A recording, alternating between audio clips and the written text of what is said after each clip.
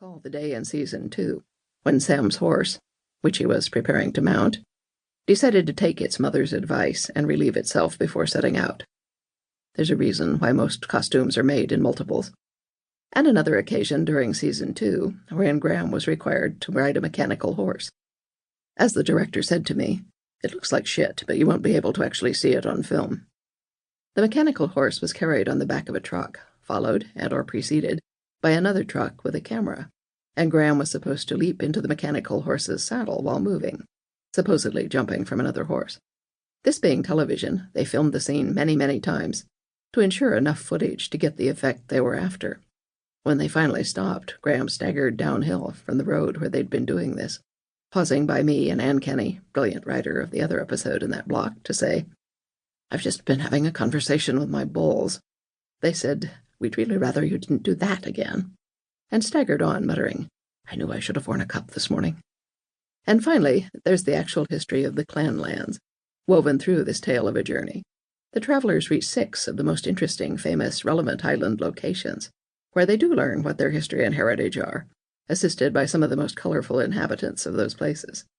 So you're actually getting 4 books in one, a real bargain. But the most important part of this book is the friendship between its authors that colors and illuminates every page. I was both intrigued and immensely entertained by the story, but also touched on a personal level.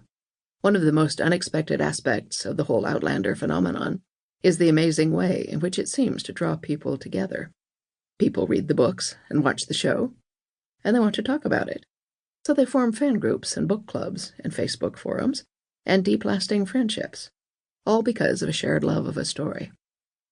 I will always recall one woman who brought me a book at a signing, who told me that she lived alone, had been alone for many years, seldom got out, had no family, but that she'd become attracted to the story, found others who felt likewise, who invited her to go with them to book signings, premieres, and conventions. "Now I have friends," she said. She cried, and so did I. I hope you'll feel that sense of friendship in this audiobook. A final word, since this book is all about returning to one's roots. Some years ago, one of my novels won the Corina International Prize for Fiction, and I was invited to go to Germany to accept the award. This was rather a big deal for the German publisher, and they took advantage of my presence to have me interviewed by the entire German press corps. Newspapers, magazines, radio, television, literary journals, you name it. By the end of the week, I was sleep-deprived and a bit glazed over when I met a nice gentleman from one of the literary journals. Delightful man. He went on at great and flattering length about the books. He loved my narrative drive. My characters were tremendous, my imagery transcendent. So I'm sitting there in a pleasant daze thinking, yes, go on. When he suddenly said, "There is just one thing I wonder. Can you explain to me? What is the appeal of a man in a kilt?" Well, had I been totally conscious, I might not have said it. Then again.